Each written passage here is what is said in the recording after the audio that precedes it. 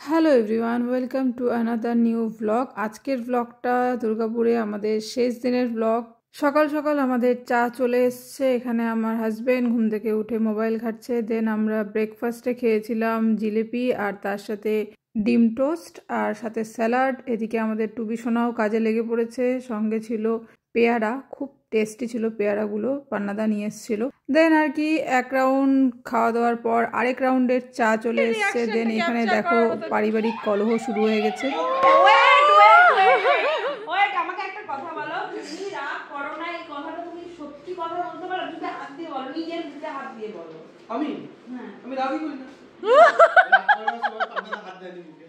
টুবি লুকিয়ে গেছে, টুবি মেনে নিতে পারছে না, তো মিথ্যা করলে মানুষটাকে আমার রাগ হয় না, আমি কি করব? বাইরে সেদিন যে ছেলেটা আমাকে মেরে দিল। এরপর এরা সব ঘুরতে বেরোচ্ছিল, আমাকেও খুব জোর করছিল, বাট আমি যাইনি। আমার আর ইচ্ছা করছিল না কোথাও যেতে। আমার মনে হচ্ছিল একটু বাড়িতে থেকে আড্ডা দিই, গল্প করি, এটাই আমার ভালো লাগছিল, তাই আমি আর বেরোইনি। তো ওরা কোথায় ঘুরতে এসছিল সেটা তোমরা এখন দেখতেই পাচ্ছ। এই ব্লগটা আমার বর করেছে, তো আমি জাস্ট ক্লিপটা অ্যাড করে দিলাম। এটা একটা শিব মন্দির, এই মন্দিরটাতে ওরা ঘুরতে এসছিল। খুব সুন্দর মন্দিরটা, আমি ভিডিওর মাধ্যমেই দেখেছি যেহেতু আমি প্রেজেন্ট ছিলাম না। তোমরাও একবার ঘুরে দেখো।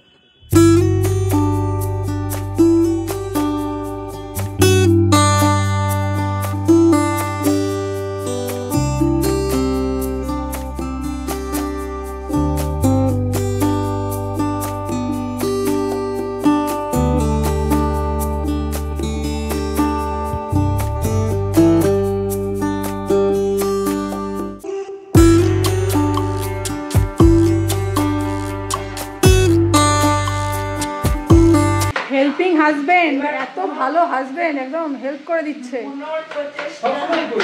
না না, সিরিয়াসলি এরকমই হওয়া উচিত। এরপর আমরা সব স্নান টান কমপ্লিট করে খেতে বসে পড়লাম। আমাদের খেতে খেতে সেদিন 4টা বেজে গেছিলো, অনেকটা লেট হয়ে গেছিলো। আমরা এত গল্প করেছি, এত লেট করেছি, এরাও দেরি করে ফিরেছে।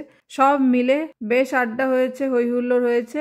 ফাইনালি আমরা খেতে বসে পড়েছি। এদিকে চিকেন করেছিল, চিকেন কষাটা জাস্ট অসাধারণ ছিল। আর শেষ পাতে ছিল চাটনি আর টক দই।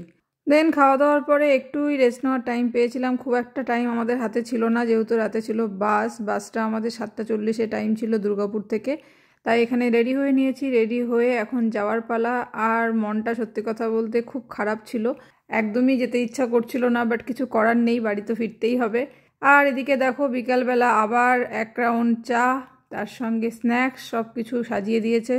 এসব খাওয়ার মতন জায়গা সত্যিই আমাদের ছিল না।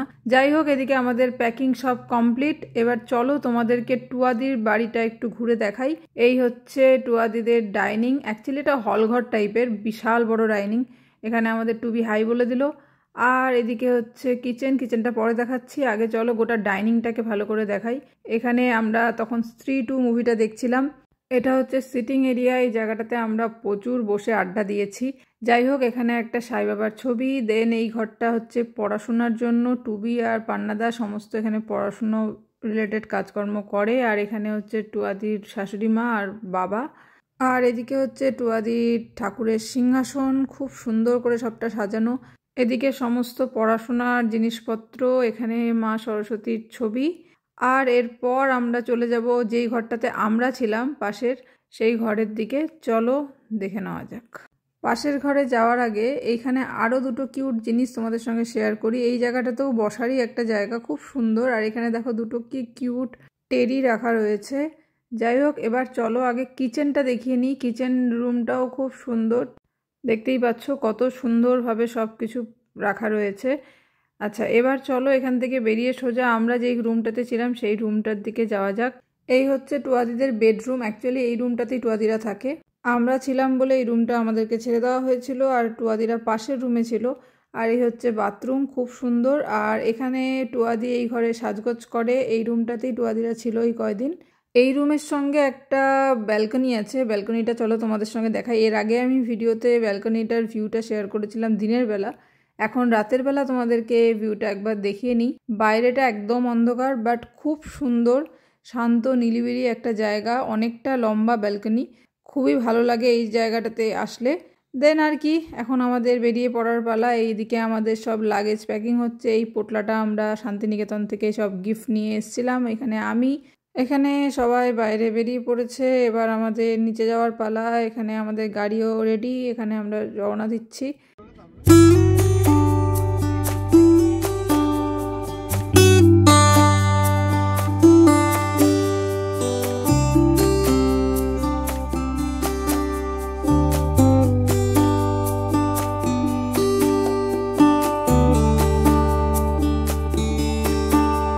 এই হচ্ছে আমাদের বাস।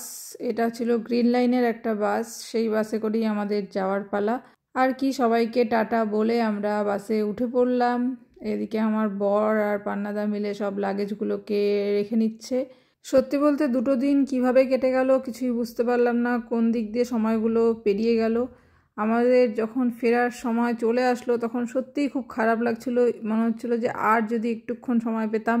টুয়াদিদের বাড়িতে আমরা এই প্রথম আসলাম। আমরা আসার আগেও ভাবিনি যে আমরা এত আনন্দ করতে পারবো বা এত কিছু হবে, এত মেমোরিজ ক্রিয়েট হবে। বাট সিরিয়াসলি এত মজা করেছি। 2 দিন ছিলাম, বাট খুব আনন্দ হয়েছে, খুব হইহুল্লোড় করেছি, খাওয়া দাওয়া সব কিছু। এটা এখন সারা জীবনের জন্য স্মৃতিতে থেকে গেল। আর এই ভিডিওগুলো দেখলেই আমাদের সেই সমস্ত স্মৃতিগুলো আমরা ফিরে দেখতে পারবো। সো এখন বাড়ি ফেরার পালা। চলো তোমরাও আমাদের সঙ্গে রাস্তাটা এনজয় করো।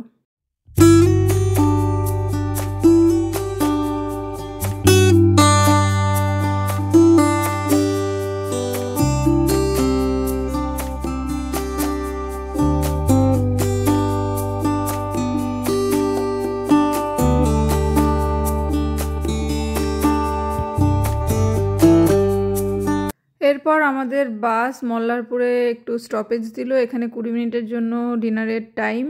আমরা এখানে ডিনার করিনি, আমরা জাস্ট 2 কাপ চা অর্ডার করেছিলাম, তার সাথে বিস্কিট। আর রাতে আমাদের সত্যি কথা বলতে ওরকমভাবে খিদা পাইনি। আমরা দুপুরের খাবারটা অনেক লেট করে খাওয়ার কারণেই একদমই খিদা পাচ্ছিল না। আর সাথে আমাদের খাবার ছিল, টুয়াদিরাই খাবার পাঠিয়ে দিয়েছিল। এই হচ্ছে আমাদের বাস। তার পাশে আরেকটা বাস ছিল, সেটা এক্সপ্রেস লাইনের, যেটা করে আমরা আগের দিন এসছিলাম রায়গঞ্জ থেকে।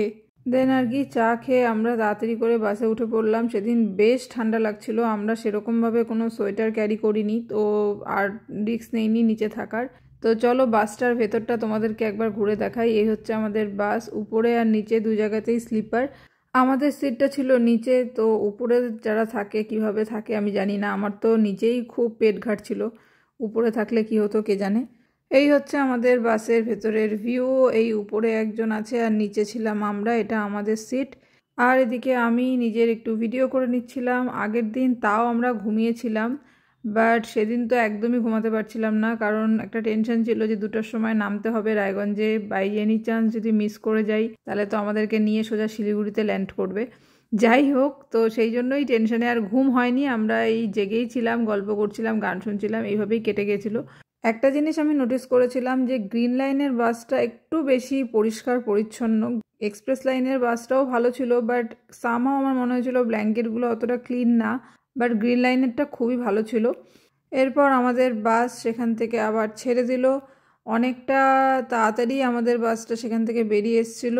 তখনও এক্সপ্রেস লাইনের বাস সেখানে দাঁড়িয়েই ছিল। যাই হোক, আমাদের বাসটা এগিয়ে গেল।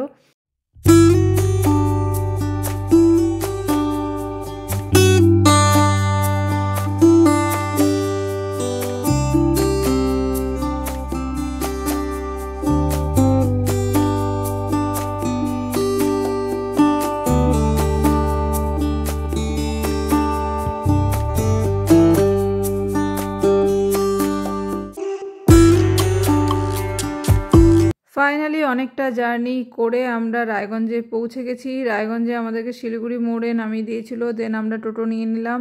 অত রাতে সবই ফাঁকা, চারপাশ একদম নিস্তব্ধ। আমরা ঠান্ডার মধ্যে, বেশ ঠান্ডা লাগছিল। সো আমাদের এই দুর্গাপুরের ব্লগগুলো সমস্ত শেষ হয়ে গেল। আজকের ব্লগটা এই অবধি। তোমাদের যদি কিছু ভালো লেগে থাকে প্লিজ একটা লাইক করে দিও, আর আমার এই পেজটিকে একটু ফলো করে দিও।